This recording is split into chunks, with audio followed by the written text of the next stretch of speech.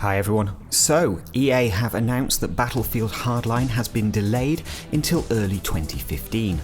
They're saying that this is to improve the quality of the game, but I'm afraid I disagree with them there. What this has a lot more to do with is not putting Battlefield Hardline quite literally in the firing line alongside Destiny and Call of Duty. When EA saw those Destiny pre-order numbers and also the Call of Duty numbers, as well as the backlash they received for the quality of the Hardline beta, they'll have simply thought to themselves, if we drop Hardline when we intended just before Christmas, we were going to be dealing with the player base that was already well invested into Destiny, and we've got Call of Duty. And frankly, Call of Duty looks 1,000 times better than Hardline does. Now, if you're faced with the prospect of putting your game into the market and you know it's not going to be competitive, you know that effectively you're playing behind on the graphics, you haven't got those pre-order numbers there the same way Destiny has, well, honestly, no company in their right mind, unless they have no other choice, is going to push their game into the market at that point. The player base is going to be very hooked into Destiny. The only thing that can really dislodge them from that is another game which looks substantially better, and that's Call of Duty. There simply isn't enough room before Christmas for 3 heavy-duty shooters. EA made the right move for their bank balance by saying, let's not take the risk and effectively have to split the fanbase 3 ways. Move it to post-Christmas, I expect we'll see the game dropping actually quite early in January, and from there they can then have a bit of a cleaner run. Now, because of the move of Hardline out of 2014's release schedule, Dragon Age Inquisition has been bumped from October to November. This, again, is a pretty clear indication of what EA were thinking here.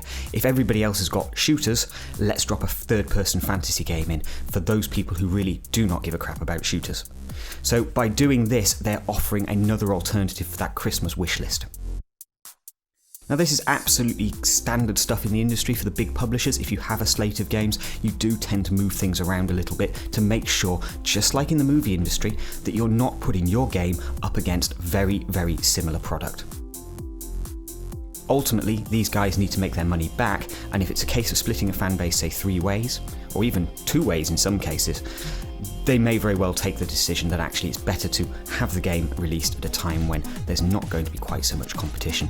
And obviously that post-Christmas period, it's proved itself to be quite a profitable area for games publishers, because people are, well, they've kind of exhausted their Christmas supply of games and they're looking for something new. Dropping a game around the back end of January, early February is a smart move these days. As I noted with the Battlefield Hardline beta, the game really wasn't shaping up particularly well at all. It felt far too much like a cookie-cutter mod of a shooter, as opposed to something that I would actually be happy forking over £45 to £50 for. There really wasn't an awful lot of wow content there, more of the same, but with cops and robbers.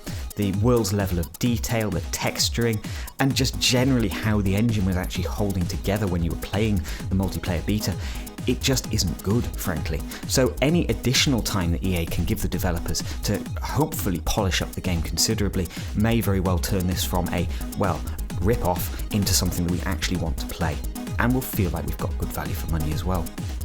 So overall, don't always believe what EA says and the reasons why they say they're doing them. Always look to EA's bank balance, because that is the thing that is driving them forward. The added bonus is, because of this decision, it means that EA is actually going to have a bit more time to polish up Hardline, which can only be a benefit. But don't think they're doing that because of the love of the gamers. They're doing this for their bank balances only. This is EA we're talking about. Thanks for watching. Do please subscribe to us on YouTube and Twitch, and please like and comment on these videos as well. We love to chat.